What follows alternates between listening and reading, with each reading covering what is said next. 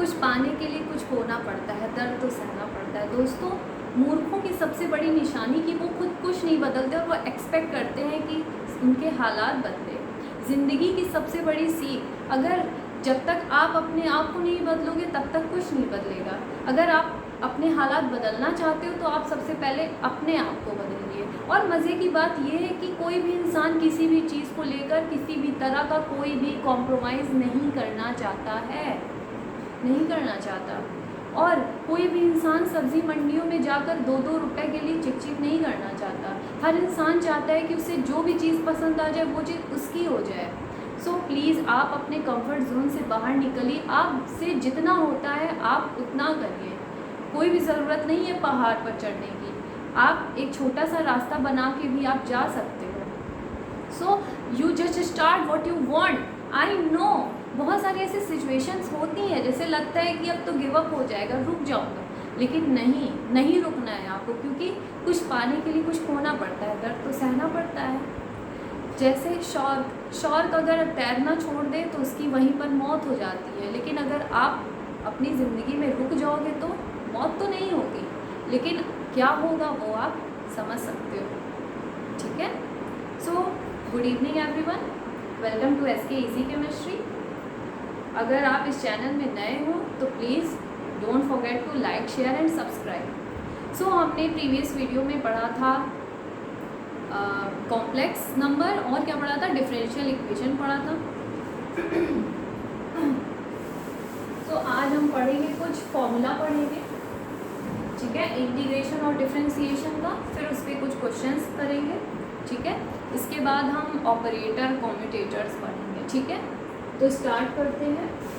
सबसे पहला फॉर्मूला है हमारा cos 2 थीटा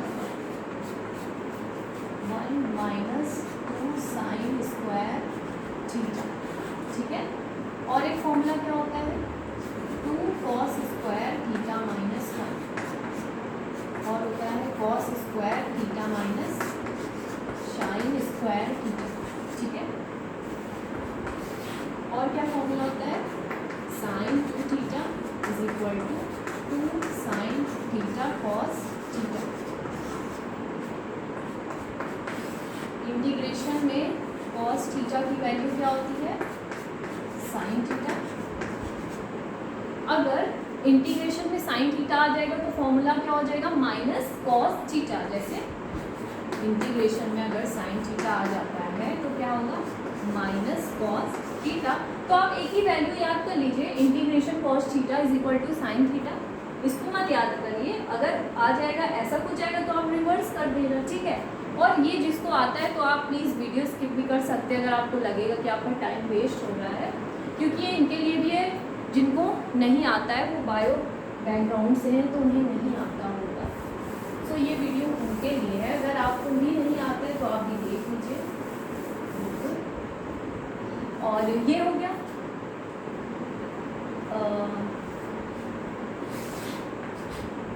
इंटीग्रेशन में अगर cos n थीटा आ जाए, माफ कीजिएगा मैंने गलती से मिटा दिया, सो आप रिवर्स करके एक बार स्क्रीनशॉट ले लीजिएगा। इंटीग्रेशन में cos n theta is equal to होता है sine n theta divide by n। देखिए यहाँ पर n जो है वो कांस्टेंट है। अगर इंटीग्रेशन में cos n थीटा है तो उसकी वैल्यू होगी sine n theta divide by n, ठीक है। अगर मान लो डिफरेंशिएशन में कुछ ऐसा आ जाए, फर्स्ट फंक्शन और सेकंड फंक्शन, ठीक है। डिफरेंशिएशन में फर्स्ट फंक्शन और सेकंड फंक्शन आ जाए तो उसको क्या कैसे लिखेंगे, पहले लिखेंगे फर्स्ट फंक्शन, ठीक है, फिर differentiation of second function plus second function differentiation of first function, ठीक है। ये हुआ इसका फॉर्मूला। अगर इसी तरह इंटीग्रेशन में भी आ जाए, इंटीग्रेशन में first function second function dx, ठीक है। तो इसको कैसे सॉल्व करेंगे, first function integration of second function, ठीक है, minus differentiation of first function integration of second function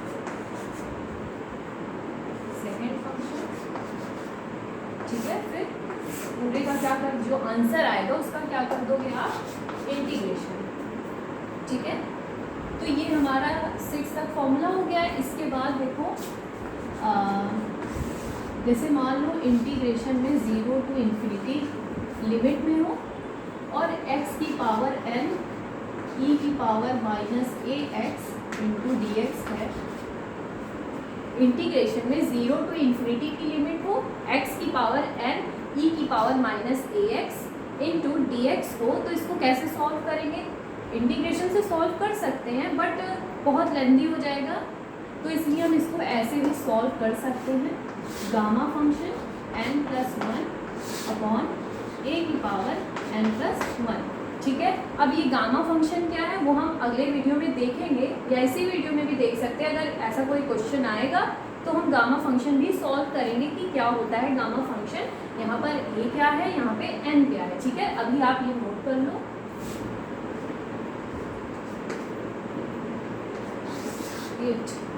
अगर माइनस इन्फिनिटी टू इन्फिनिटी की लिमिट हो और x की पावर n e की पावर माइनस ए x square into D x है। ठीक है, तो इसको कैसे सॉल्व करते हैं?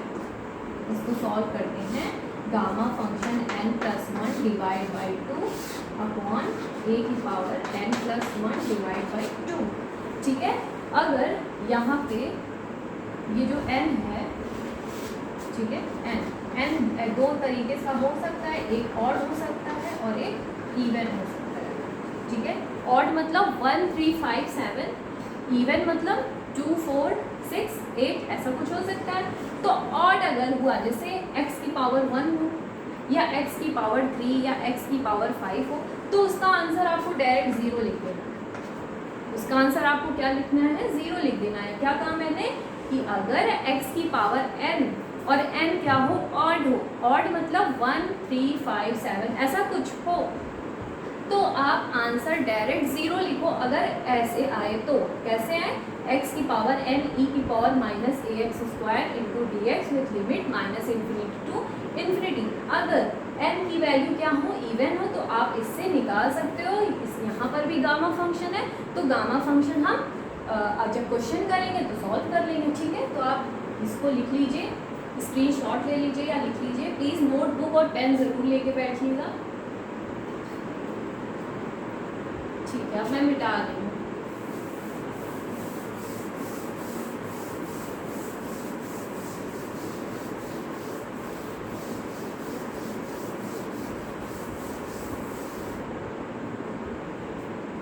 कुछ और है, जैसे डी बाई डी एक्स मतलब डिफ्रेंसिएशन ऑफ साइन एक्स है। अगर डिफ्रेंसिएशन ऑफ साइन एक्स है तो उसको कैसे लिखेंगे? Cos x. इसका साइन एक्स का डिफ्रेंसिएशन क्या हो जाता है? कॉस एक्स हो जाता है। और अगर सपोज कीजिए e की पावर 0 आया तो क्या लिखेंगे? 1। e की पावर माइनस इन्फिनिटी आई तो क्या लिखेंगे? 0। प्रीवियस वीडियो में बताया था मैंने, फिर भी बता दे रही हूँ। e की पावर इन्फिनिटी आया तो आंसर क्या आएगा? इन्फिनिटी। ठीक है, एक और फॉर्मूला है कि अगर मान लीजिए इंटीग्रेशन में e की पावर माइनस एन एक्स आ जाए, क्या आ जाए? e की पावर माइनस एन एक्स आ जाए, तो इसका इंटीग्रेशन क्या हो जाएगा? e की power minus n x divide by minus n. ठीक है, तो आप इसको उतार लीजिए। ठीक है, इसके बाद फिर हम क्वेश्चंस करते हैं। ठीक है, क्वेश्चन तब तक मैं लिख लेती हूँ, आप लिख लीजिए। क्वेश्चन है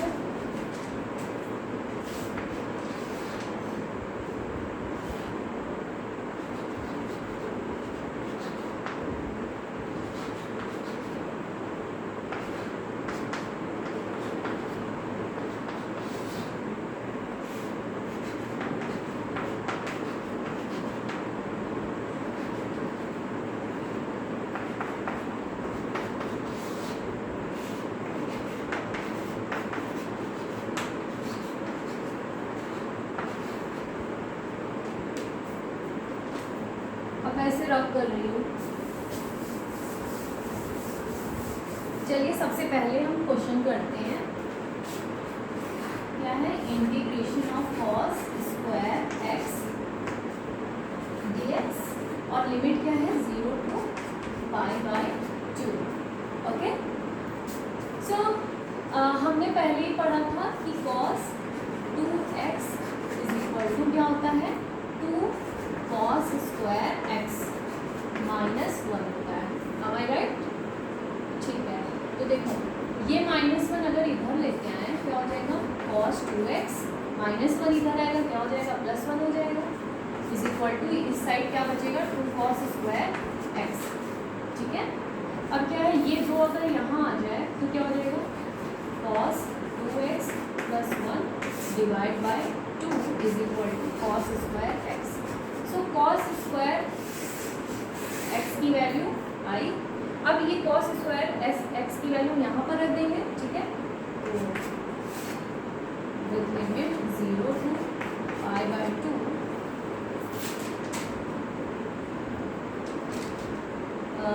cos स्क्वायर x की जगह क्या लिख देंगे cos 2x + 1 divide by 2 into dx। ठीक है,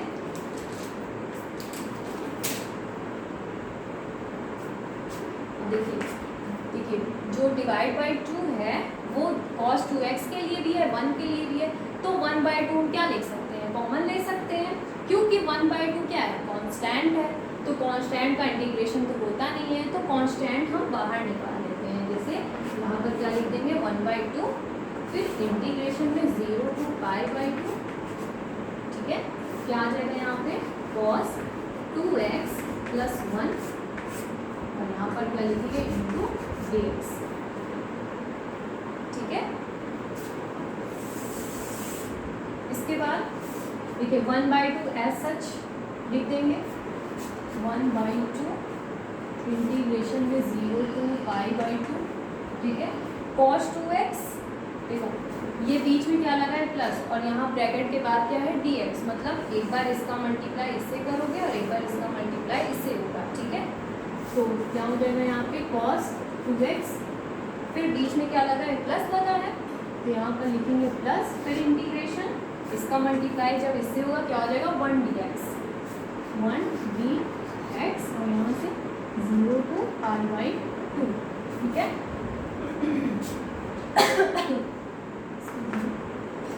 1/2। अब देखो cos 2x का इंटीग्रेशन अभी हमने फॉर्मूला पढ़ा था cos nx। cos nx का इंटीग्रेशन क्या होता है sin x divide by n। ठीक है, तो यहाँ पर क्या हो जाएगा sin nx divide by n plus dx का इंटीग्रेशन क्या होगा x। ठीक है, ये हो गया और लिमिट क्या है हमारा 0 to π/2 इज इक्वल टू 1/2। अब देखो अब क्या करना है मेरे को लिमिट रखनी है, तो sin n x की जगह हम क्या लिख सकते हैं π/2 लिख सकते हैं, और यहाँ पर जो n है n क्या है यहाँ पे 2 है, तो 2 π/2 डिवाइड बाई n क्या है 2 प्लस π/2। देखो साइन लिखा n की जगह क्या है 2 है, पाई x की वैल्यू क्या है π/2 अपॉन 2, n की जगह क्या लिखा 2 लिखा प्लस x था x के लिए क्या लिखेंगे π/2 जो कि क्या है अपर लिमिट। अब इसके आगे हम यहाँ लिखना है। ठीक है, क्योंकि इधर जगह नहीं है। अब क्या लिखना है मेरे को 0 लिखना है, तो साइन n इंटू एक्स की जगह क्या लिखेंगे 0, माफ कीजिएगा यहाँ n नहीं यहाँ 2 होगा, डिवाइड बाई 2 प्लस 0। ठीक है, अब देखो 1/2 ठीक है, अब देखो 2 से 2 कैंसिल। ठीक है, साइन पाई मतलब 0, तो ये पूरी टर्म क्या हो जाएगी 0 हो जाएगी, 0 प्लस π/2 बचा है। अब यहाँ देखो 2 इंटू 0 मतलब साइन 0 की वैल्यू 0 और 0 डिवाइड बाई 2 मतलब 0 प्लस 0, तो ये पूरी टर्म क्या हो जाएगी हमारी 0 हो जाएगी, तो यहाँ पर क्या लिखो 0। अब क्या बचेगा 1/2 मल्टीप्लाइड बाई π/2, तो आंसर हमारा क्या आ जाएगा π/4। ठीक है, क्या आया π/4, तो आप एक बार लिख लीजिए, स्क्रीनशॉट ले लीजिए। चलिए अब आगे बढ़ते हैं।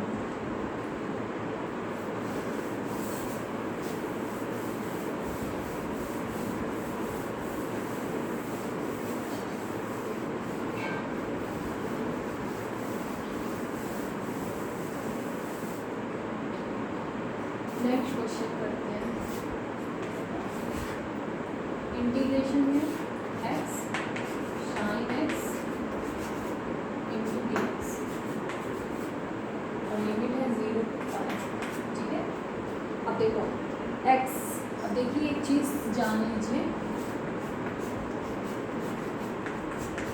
Limit i means inverse, inverse मतलब साइन इनवर्स बोलते हैं ना, -1 की पावर किसी भी चीज़ की -1 को बोलते हैं इनवर्स।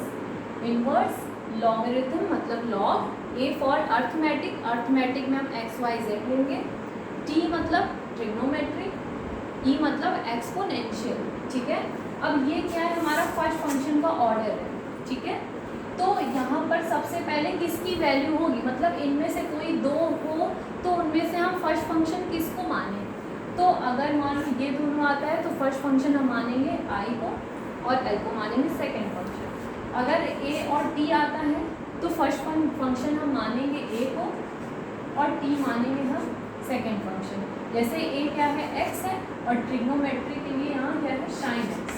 तो आप देखो कि फर्स्ट फंक्शन किसको मानेंगे, एक्स, जो पहले आएगा वो फर्स्ट फंक्शन होगा, जो बाद में आएगा वो सेकंड फंक्शन होगा। ओके, सो यहाँ पे फर्स्ट फंक्शन ये है और साइन एक्स क्या है, सेकंड फंक्शन। ठीक है, तो फॉर्मूला लगाते, क्या था formula first function second function का, इंटीग्रेशन, सॉरी पहले फर्स्ट फंक्शन होगा फिर integration of second function minus differentiation of first function, integration of second function, फिर पूरे का क्या कर लेते हैं, इंटीग्रेशन कर लेते हैं। ठीक है, तो x क्या है first function, integration of second function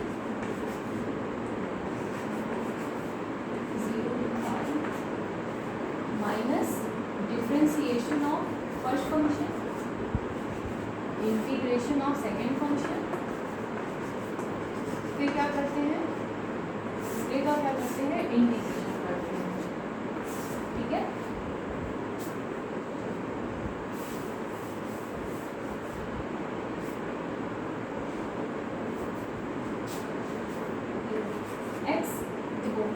sine x का इंटीग्रेशन क्या होता है, minus cos x.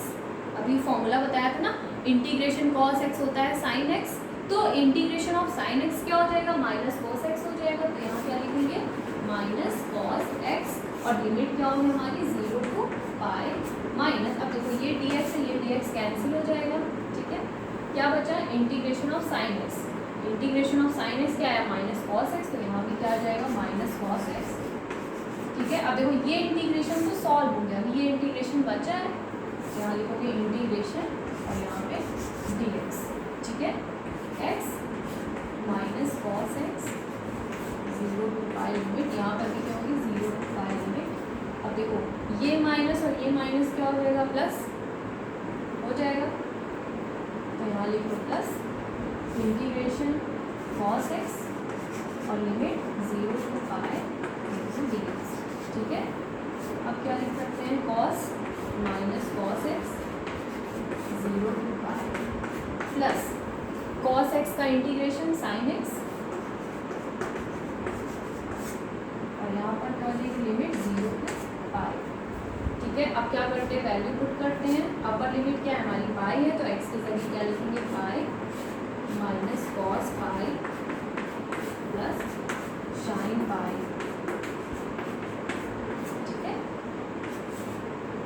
Lower limit रखेंगे क्या हो जाएगी, 0 माइनस कॉस 0 हो गया, फिर माइनस कॉस 0, फिर प्लस साइन 0। ठीक है, अब देखो पाई माइनस कॉस पाई की वैल्यू कितनी होती है, -1। ठीक है, तो यहाँ पर माइनस पहले से है और फिर क्या है हमारा -1, तो वहाँ हो जाएगा -1 प्लस साइन पाई मतलब 0, और ये टर्म तो पूरी 0 हो जाएगी क्योंकि 0 से चाहे जिससे मल्टीप्लाई करो आंसर तो 0 ही आना है, 0 और साइन 0 होते ही 0 है। ठीक है, तो पाई ये माइनस माइनस क्या हो जाएगा प्लस, तो +1 से मल्टीप्लाई करोगे आंसर क्या आएगा हमारा पाई। ठीक है, इस नोट करिए।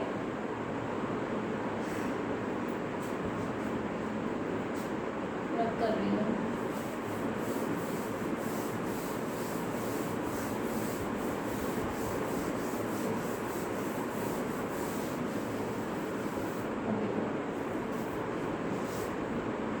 ये हमारा जो थर्ड क्वेश्चन है, ये x e की पावर -2x dx, अगर यहाँ पर x की पावर 1 मान ले तो ये वो वाला फॉर्मूला हो जाएगा, x की पावर n इंटू ई की power -ax into D x.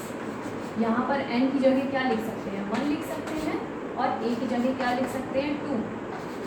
हो गया ना। अब क्या था इसका formula, gamma function n+1 upon a की पावर n+1। अब गामा फंक्शन कैसे सॉल्व करते हैं, देखो गामा फंक्शन क्या है, अगर मान लो गामा फंक्शन 4 है तो इसे कैसे सॉल्व करते हैं, 4 - 1 का फैक्टोरियल, तो आंसर क्या आ जाएगा, 3 फैक्टोरियल। अब फैक्टोरियल कैसे सॉल्व करते हैं, 3 × 2 × 1। अगर गामा फंक्शन n है तो क्या हो जाएगा, n-1 का फैक्टोरियल, मतलब आप सॉल्व कर लो।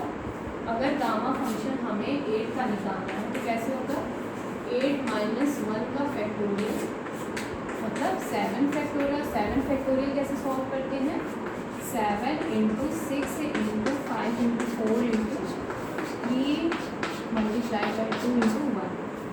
ठीक है।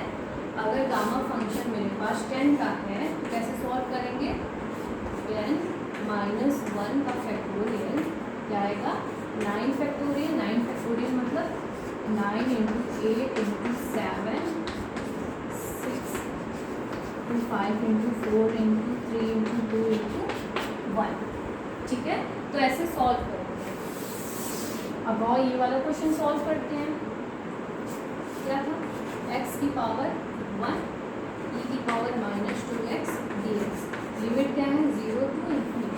ठीक है, तो गामा फंक्शन क्या है, n+1, यहाँ पर n क्या है, 1, n क्या है, 1, यहाँ पर लिखोगे n+1, 1 n तो 1 है, +1 ऑलरेडी है फॉर्मूला में, अपॉन a की पावर, a यहाँ क्या है, 2, तो 2 की पावर क्या है, n+1, 1 + 1, तो गामा फंक्शन यहाँ आएगा 2 अपॉन 2 की पावर 1 + 1, 1 + 1 ऐड होकर के क्या आ जाएगा, 2, तो 2 का स्क्वायर हो जाएगा। 2 का गामा फंक्शन क्या हो जाएगा, 2 - 1 मतलब 1 अपॉन, और 1 का फैक्टोरियल 1 ही होता है, 1 का फैक्टोरियल क्या होता है, 1। ठीक है, तो 1/4, तो इसका आंसर क्या आ गया, 1/4। ये है हमारा थर्ड क्वेश्चन। ठीक है, प्लीज नोट डाउन, स्क्रीनशॉट ले लीजिए, मैं रब करने जा रही हूँ। देखिए ये तो हो गया। अब हम पढ़ेंगे कॉम्यूटेटर। कॉम्यूटेटर में होते हैं position operator, linear momentum operator, angular momentum operator, Hamiltonian operator, kinetic energy operator होते हैं। ठीक है, तो चलो स्टार्ट करते हैं ऑपरेटर। ठीक है, हमने पिछले क्लास में बताया था, जो हमारी सबसे फर्स्ट क्लास थी, कि ऑपरेटर क्या होते हैं। तो ऑपरेटर एक ऐसी चीज़ होती है, अगर उसे दिए गए फंक्शन में अगर हम अप्लाई कर दें तो हमें फाइनल रिजल्ट होता है। ठीक है, तो सबसे पहले हम पोजीशन ऑपरेटर की बात करेंगे। पोजीशन ऑपरेटर, ठीक है, तो पोजीशन ऑपरेटर को हम डिनोट करते हैं एक्स कैप। ठीक है, ऑपरेटर यहाँ पे इसका मतलब होता है एक्स डॉट, डॉट मतलब मल्टीप्लाई। तो जैसे हम प्लस था, प्लस ऑपरेटर अगर हम माने तो वो क्या करता है, ऐड करने का काम करता है, वैसे ही इसका काम क्या है, मल्टीप्लिकेशन बाय एक्स। ठीक है, मल्टीप्लिकेशन बाय एक्स। ठीक है, एक्स डॉट बोल सकते हैं इसको। ठीक है, एक्स कैप क्या है हमारा, position operator. Second, linear momentum operator, momentum operator, इसको हम किससे डिनोट करते हैं, ई कैप से, ठीक है, ई कैप से। और होते कितने कोऑर्डिनेट्स हैं, एक्स वाई जेड, 3 कोऑर्डिनेट्स होते हैं।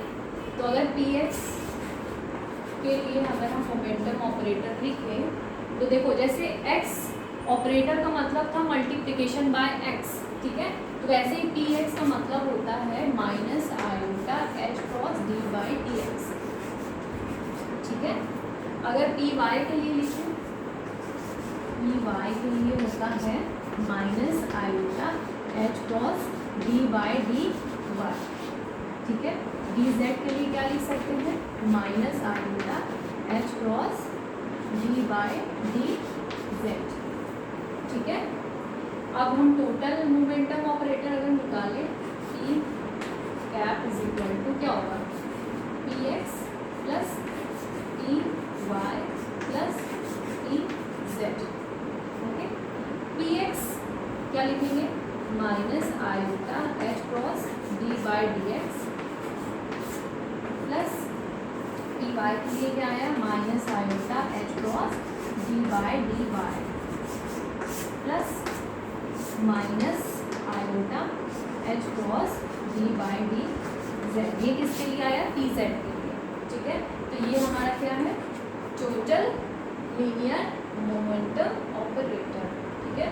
तीसरा, थर्ड हमारा कौन सा ऑपरेटर है, काइनेटिक एनर्जी ऑपरेटर।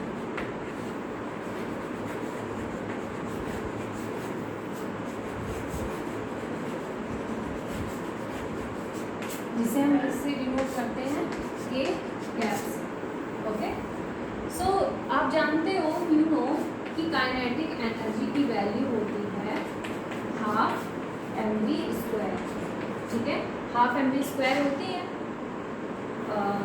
यहाँ जगह नहीं लग रही है, एक काम करते हैं, इसको ऊपर लिख लेते हैं, ठीक है। मैं मिटा रही हूँ, आपको स्क्रीनशॉट लेना तो आप ले लो।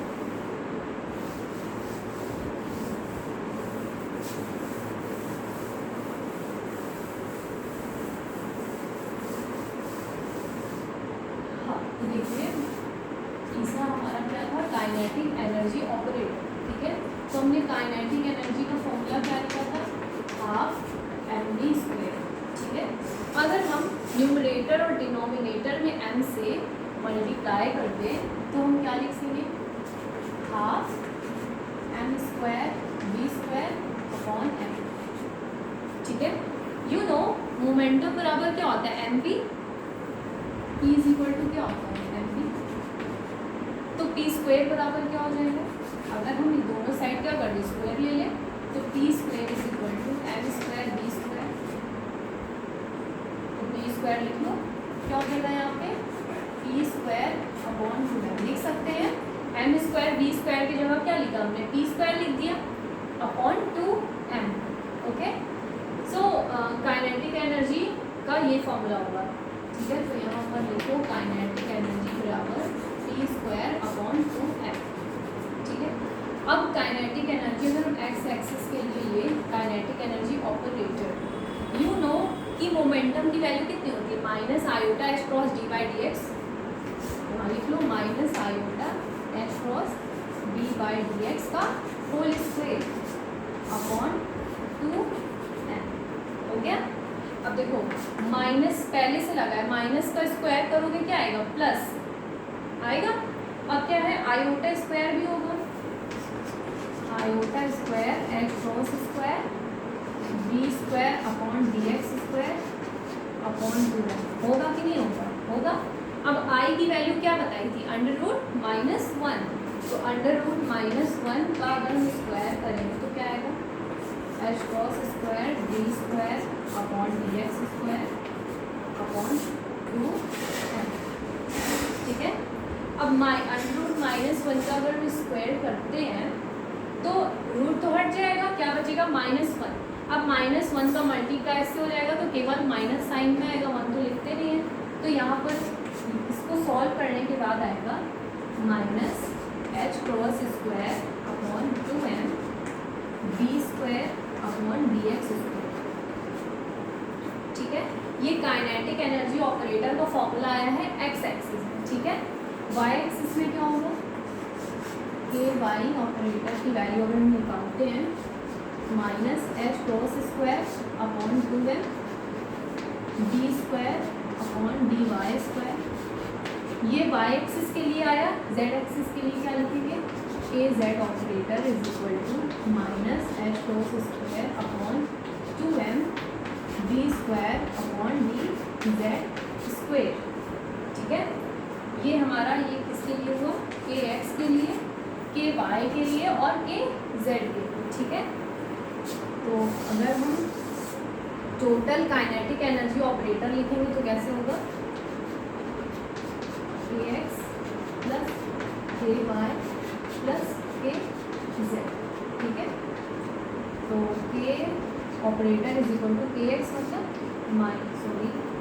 Minus H cross square upon 2m D square upon D X square plus minus H cross square upon 2m D square upon D Y square plus minus H square upon 2m D square upon D Z square.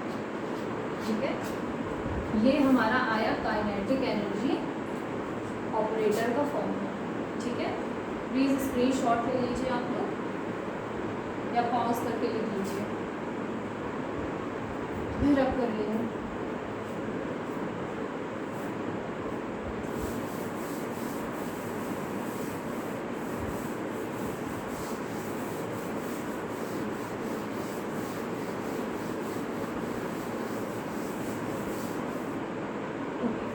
तो हमारा fourth operator है Hamiltonian operator. Hamiltonian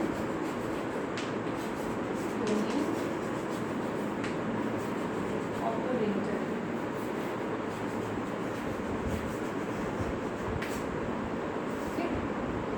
जिसे हम H cap से denote करते हैं।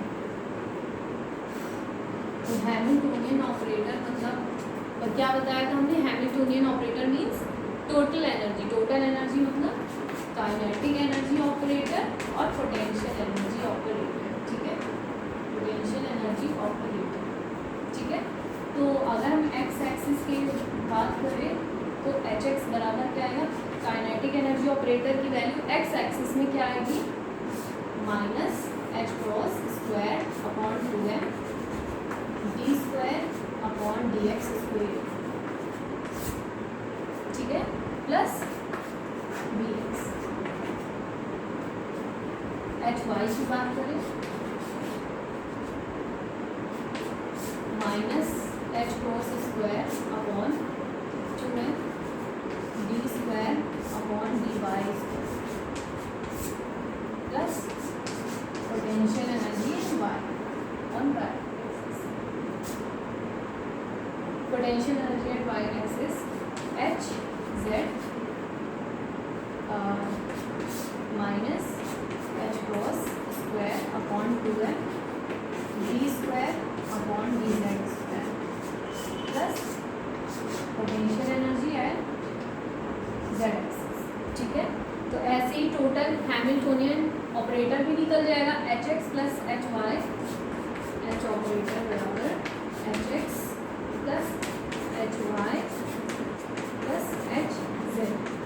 ठीक है, आप इसको यहाँ पर अप्लाई कर लेना और लिख लीजिएगा। ठीक है, अब हम बात करेंगे एंगुलर लीनियर मोमेंटम कैसे निकालते हैं। ठीक है, स्क्रीनशॉट लेना है तो आप ले लो।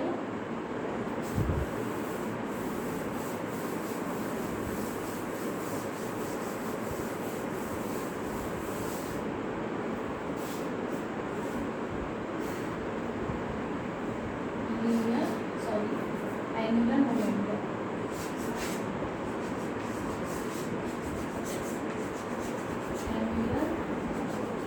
मोमेंटम ऑपरेटर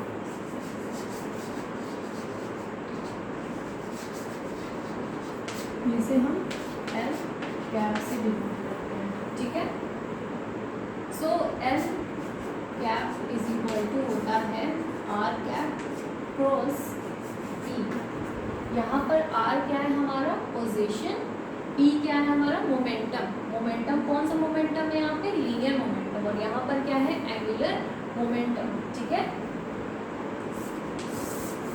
अब यहाँ पर जो क्रॉस लगा है इसका मतलब है क्रॉस प्रोडक्ट, और ये क्या है वेक्टर क्वांटिटी है। वेक्टर क्वांटिटी क्या, देखिए फिजिक्स में हमने दो क्वांटिटी पढ़ी थी, एक स्केलर क्वांटिटी और एक वेक्टर क्वांटिटी। स्केलर क्वांटिटी में क्या होता है कि उसमें केवल मैग्नीट्यूड होता है और डायरेक्शन नहीं होती है, और वेक्टर क्वांटिटी में हमने पढ़ा था कि इसमें डायरेक्शन भी होती है एज वेल एज मैग्नीट्यूड भी होती है, ठीक है।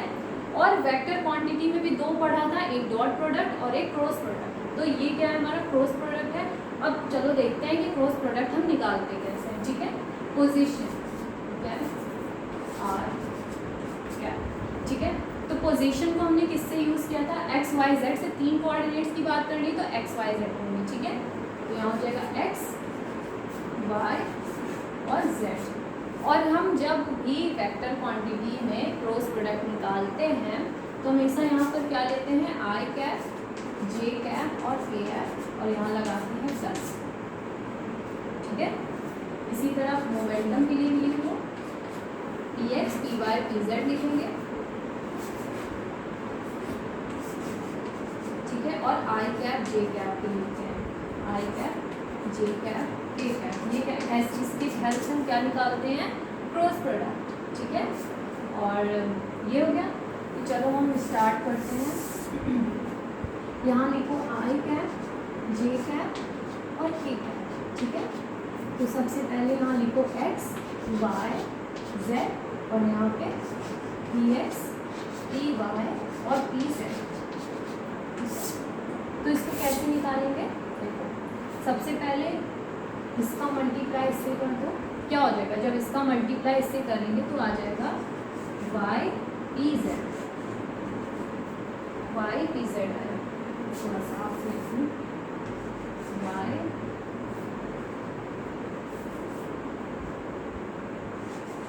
वाई पी जेड, ठीक है। फिर क्या लगाएंगे, माइनस लगाएंगे, y का मल्टीप्लाई इससे किए, फिर z का मल्टीप्लाई इससे कर दो, सॉरी पी वाई का मल्टीप्लाई कर दो इससे, क्या हो जाएगा y पी जेड, इसके बाद z minus z P Y, ठीक है।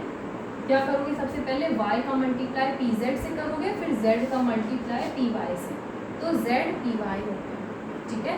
पहले y पी जेड लिखो माइनस, फिर इसका मल्टीप्लाई इससे करेंगे z पी वाई हो गया, ओके। फिर लगाएंगे प्लस, अब x का मल्टीप्लाई इससे करोगे और z का मल्टीप्लाई इससे, ठीक है।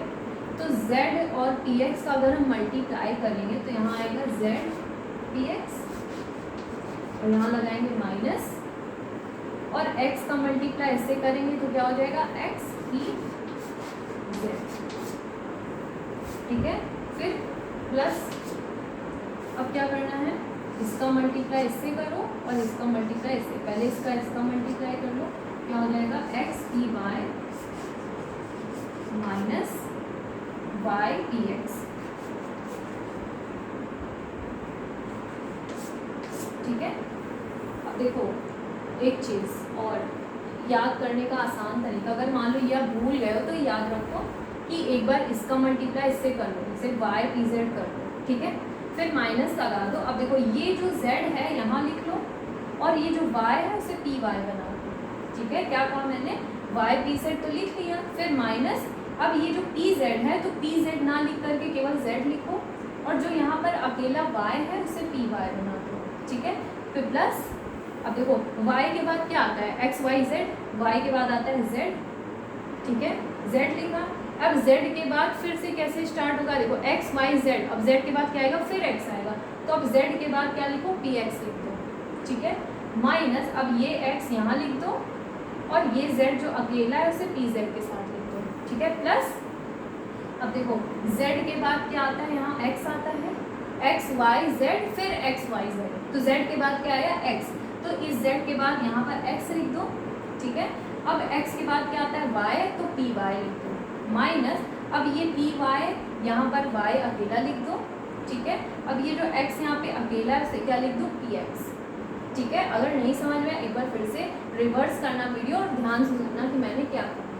ठीक है, तो ये हो गया। अब हमें Lx की वैल्यू चाहिए। Lx क्या है हमारा, यहाँ लिख देती हूँ।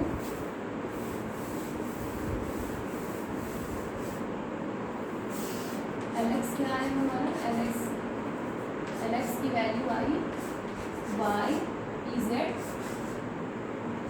Minus z dy। ठीक है, Ly की वैल्यू क्या आई हमारी, z px minus x ez।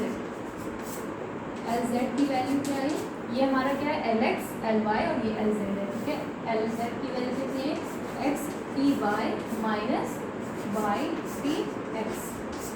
ठीक है, ये Lx, Ly और Lz की वैल्यू आई। ठीक है, स्क्रीनशॉट ले लो आप।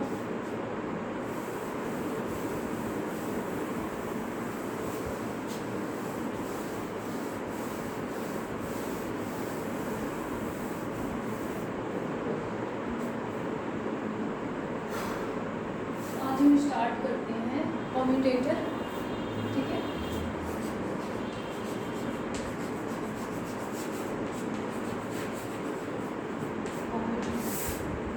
कम्यूटेटर क्या होता है, देखिए जब कोई भी दो ऑब्जर्वेबल मतलब ऑपरेटर समझ लो, जब भी कोई दो ऑपरेटर अगर कम्यूट करते हैं तो उसे हम क्या कहते हैं कि हाँ वो दोनों क्या कर रहे हैं, कम्यूट कर रहे हैं। ठीक है, मतलब सॉरी, अगर कोई भी दो ऑपरेटर कम्यूट कर रहे हैं इसका मतलब क्या है, उसे एक साथ हम कैलकुलेट कर सकते हैं। इसका मतलब क्या है, एक बार लिख देते हैं,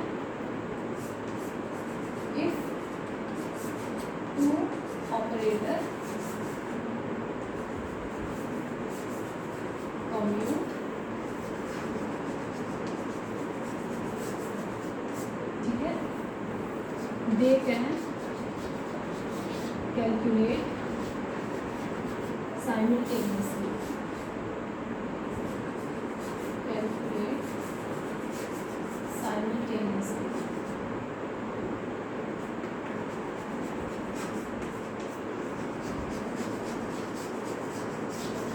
ठीक है, अगर कोई भी दो ऑपरेटर कम्यूट कर रहे हैं इसका मतलब है कि वो एक साथ कैलकुलेट कर सकते हैं। इसका मतलब क्या है, देखो आपने क्या पढ़ा था, Heisenberg uncertainty principle, Heisenberg uncertainty principle.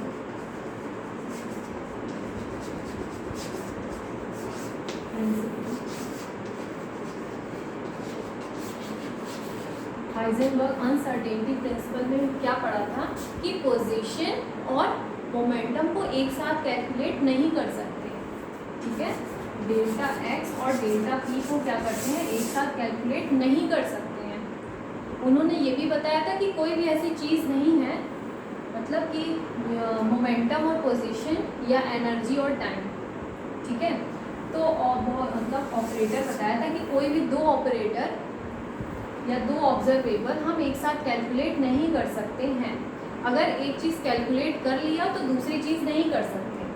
तो उन्होंने ये बताया था, जैसे मान लो उन्होंने ये भी बताया था डेल्टा, चलो देखते हैं, एक एग्जांपल लेते हैं कि आप फ़ैन चलाते हो। ठीक है, तो या तो आप उसकी एनर्जी कैलकुलेट कर सकते हो या आप उसकी टाइम देख सकते हो कि किस टाइम में ये कितनी देर चला। आप एनर्जी और उस फैन की टाइम दोनों ही एक साथ कैलकुलेट नहीं कर सकते हो। तो हाइजेनबर्ग ने ये भी बताया था delta E into delta T greater than equal to H रोज अपॉन 2 बताया था। ठीक है, तो उनके कहने का मतलब है कि अगर दो ऑपरेटर कम्यूट कर गए हैं तो उन दोनों को हम एक साथ कैलकुलेट कर सकते हैं, लेकिन अकॉर्डिंग टू हाइजेनबर्ग ये दोनों चीज़ें क्या है, पोजीशन, मोमेंटम, एनर्जी, टाइम, ये दोनों एक साथ कैलकुलेट नहीं कर सकते। केवल एक ही चीज़ें एक समय पे कैलकुलेट कर सकते हैं। ठीक है, तो देखते हैं कि कम्यूटेटर कैसे रिप्रेजेंट करते हैं। जैसे मान लो ए है और बी है। ठीक है, ये हम क्या करते हैं, इसे हम बोलते हैं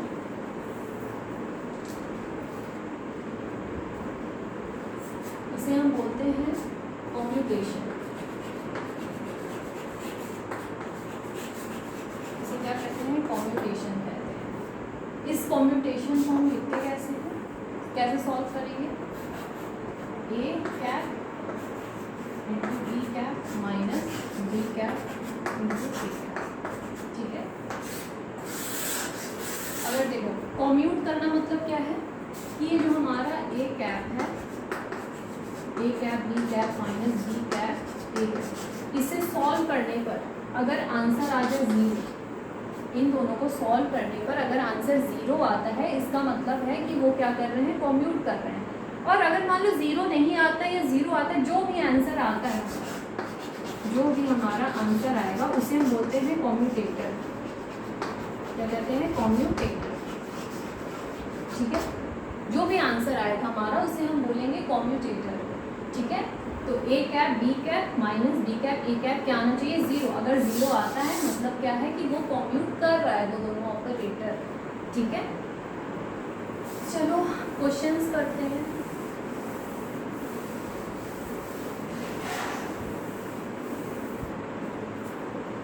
जैसे मान लो आएगा D by D x x. अगर मान लो मेरे को ये सॉल्व करना है, देखो ऑपरेटर कई तरह के होते हैं, डी बाई डी एक्स भी ऑपरेटर, एक्स ऑपरेटर। ठीक है, तो ये दोनों भी क्या है? ऑपरेटर है। और ऑपरेटर को ऑपरेट कराने के लिए हमें क्या चाहिए? फंक्शन। ठीक है, तो सबसे पहले यहाँ क्या लगा है? कॉमा। ए और बी जैसा है, ए कॉमा बी जैसा, तो उसे कैसे लिखते हैं? A into B minus B into A. सबसे पहले d by D x into x लिखेंगे, d by D x into x minus क्या हो जाएगा? फिर b इंटू ए हो जाएगा। क्या हो जाएगा? x into D by D x. ठीक है, अब इसे सॉल्व करो। सॉल्व करने के लिए ये दोनों ऑपरेटर है, तो उसके लिए हमें क्या चाहिए? फंक्शन। तो मान लो वही फंक्शन है शाय। ठीक है, तो अब यहाँ कर देते हैं D by D x x shy minus x d by D x, और ये शाय यहाँ पर आ जाएगा। ठीक है, अब देखो ये क्या है? फर्स्ट फंक्शन, और ये क्या है? Second function. सेकंड फंक्शन कैसे है? इसको बोलते ही वेव फंक्शन है, और एक्स ऑपरेटर एक्स की क्या है? हमारा फंक्शन, अर्थमेटिक जिसे बोलते हैं हम लोग। ठीक है, तो फर्स्ट फंक्शन सेकंड फंक्शन कह दो। अब इसका डिफरेंशिएशन क्या होता है? First function differentiation of second function plus second function differentiation of first function. तो क्या लिखेंगे? First function differentiation of second function plus second function differentiation of first function minus x d by D x शाय।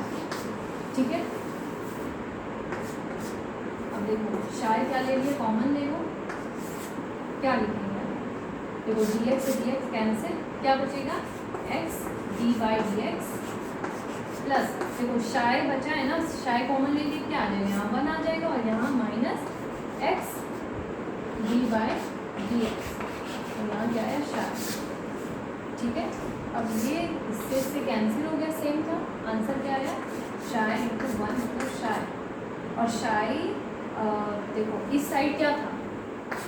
ये अगर हम ये चीज़ यहाँ पर लिखे और यहाँ क्या था? शाय। ये शाय से शाय कट गया, इसी पर 1। समझ लो फंक्शन को हम ऐसे कह सकते हैं जैसे कैटलिस्ट लेते थे हम लोग केमिस्ट्री में, कि कैटलिस्ट पहले रिएक्शन में मतलब रिएक्शन में हम लोग यूज़ करते थे ताकि क्या हो जाए? रिएक्शन की जो रेट हो वो बढ़ जाए। ठीक है, तो वैसे ही यहाँ पर शाय लेते हैं कि हम इस इक्वेशन को क्या करें? सॉल्व कर सकें। जैसे कैटलिस्ट एज सच निकल जाता था, वैसे ही शाय भी क्या होता है? हट जाता है। ठीक है, तो यहाँ पर आंसर क्या आया? 1। ठीक है, एक फॉर्मूला देख लो इस टाइप के अगर क्वेश्चन आए कॉम्पिटिटर में। क्या था question? D by D x comma x. कैसे करना है? अगर D by D x comma x की पावर n है, मान लो यहाँ पर एक्स की पावर 1 है यहाँ ना, स्क्वायर या क्यूब भी हो सकता है। तो इस तरह के क्वेश्चन को सॉल्व करने के लिए हम ऐसे कर सकते हैं n एक्स n माइनस 1। यहाँ पर क्या था? 1 था, यहाँ लिखो भी 1 एक्स एन की जगह क्या है 1 और माइनस 1 एक्स 1 माइनस 1 मतलब 0 1 इंटू एक्स की पावर 0 किसी की भी पावर 0 तो आंसर क्या आता है 1 तो आंसर आया 1 उसमें क्या आया था 1 ठीक है। तो ये एक फॉर्मूला है। और अगर मान लो कि x की पावर n d/dx आए x की पावर n d/dx आए तो ये लिख सकते हैं minus n x n minus 1 ठीक है। ये n यहाँ क्या लगा दूँ माइनस लगा दूँ पहले, इसके बाद n x n माइनस 1 ठीक है। इससे एक और रिलेशन निकलता है। देखो ये क्या था a b अगर मान लो तो ये क्या है हमारा b है, इसका मतलब ये याद कर लो कि जो हमारा a जो ये कॉम्यूटेटर है ठीक है ये किसके इक्वल होता है minus commutator of b comma a, ये इसके इक्वल होता है ठीक है। चलो अब हम क्वेश्चंस लिखते हैं।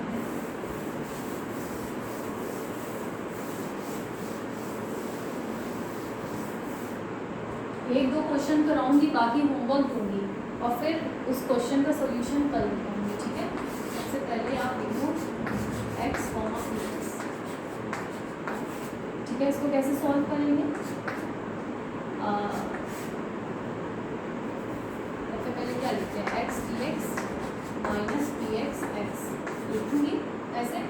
फिर x px को क्या लिख सकते हैं minus iota h cross d/dx minus H cross d/dx ठीक है। और ये क्या है x ठीक है। अब हम इसको सॉल्व करने के लिए क्या लेते हैं फंक्शन, कोई भी फंक्शन ले लो चाहे ले लो ठीक है। तो x minus iota H cross d/dx, अब ये शाय इधर आ जाएगा। देखो इस शाय का मल्टीप्लाई इससे और इससे होगा, यहाँ मल्टीप्लाई होगा यहाँ पे आएगा psi minus iota H cross d/dx x और ये क्या शाय ठीक है। अब देखो इधर भी माइनस आयोटा एच क्रॉस है, इधर भी माइनस आयोटा एच क्रॉस है, तो minus iota H cross common ले सकते हैं, minus iota H cross common ले लें, क्या बचेगा हमारे पास x d/dx शाय ठीक है। ये क्या है माइनस, अब देखो माइनस माइनस प्लस मत लेना क्योंकि माइनस आयोटा हमने कॉमन ले लिया है ठीक है। माइनस क्या बचेगा d/dx x शाय। अब देखो फर्स्ट फंक्शन सेकंड फंक्शन वाला फंडा आ गया यहाँ पे, minus iota H cross x d/dx शाय माइनस, अब देखो फर्स्ट फंक्शन क्या है x है, डिफरेंशिएशन ऑफ सेकेंड फंक्शन जो क्या है हमारा शाय प्लस सेकेंड फंक्शन क्या है शाय डिफरेंशिएशन ऑफ फर्स्ट फंक्शन ठीक है। d/dx फर्स्ट फंक्शन क्या है x ठीक है।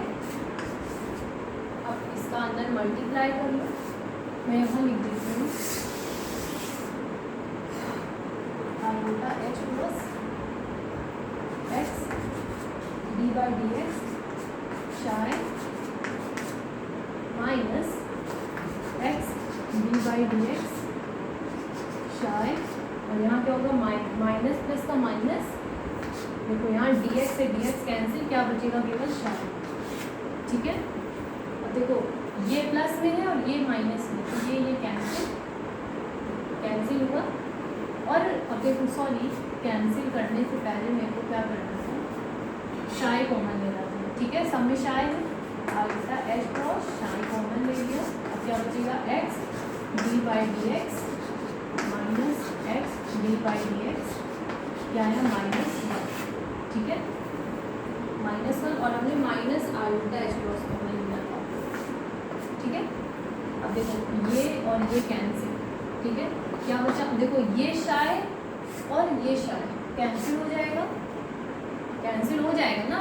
ये इसका ये अगर लेफ्ट हैंड साइड है तो ये क्या है राइट हैंड साइड है, तो लेफ्ट हैंड साइड में अगर कोई वैल्यू सेम है राइट हैंड साइड के तो क्या हो जाएगा शाय शाय कैंसिल ठीक है। ये शाय और ये शाय कैंसिल, मतलब क्या है कि ऑपरेटर को सॉल्व करने के लिए शाय लिया था, सॉल्व हो गया है तो शाय को हटा दो, ठीक है, काम निकल गया शाय का, ठीक है, तो इसे भगा दिया गया। अब देखो माइनस आयोटा एच क्रॉस और ये क्या बचा, मल्टीप्लाइड बाई -1, माइनस से माइनस कैंसिल, आंसर आया आयोटा एच क्रॉस।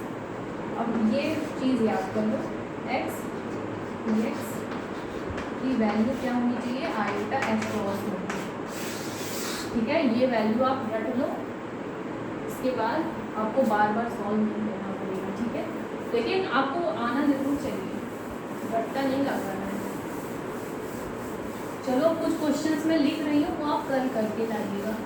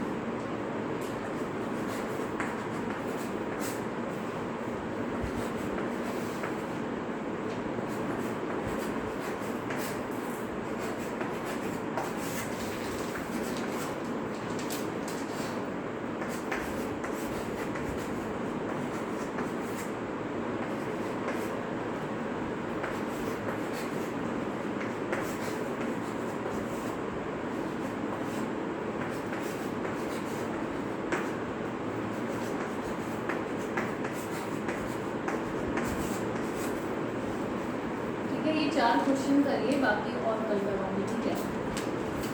तो आज के लिए इतना ही, आप कल ज़रूर पढ़ के आइएगा और इसको सॉल्व करके ज़रूर आइएगा, ठीक है। Thank you so much for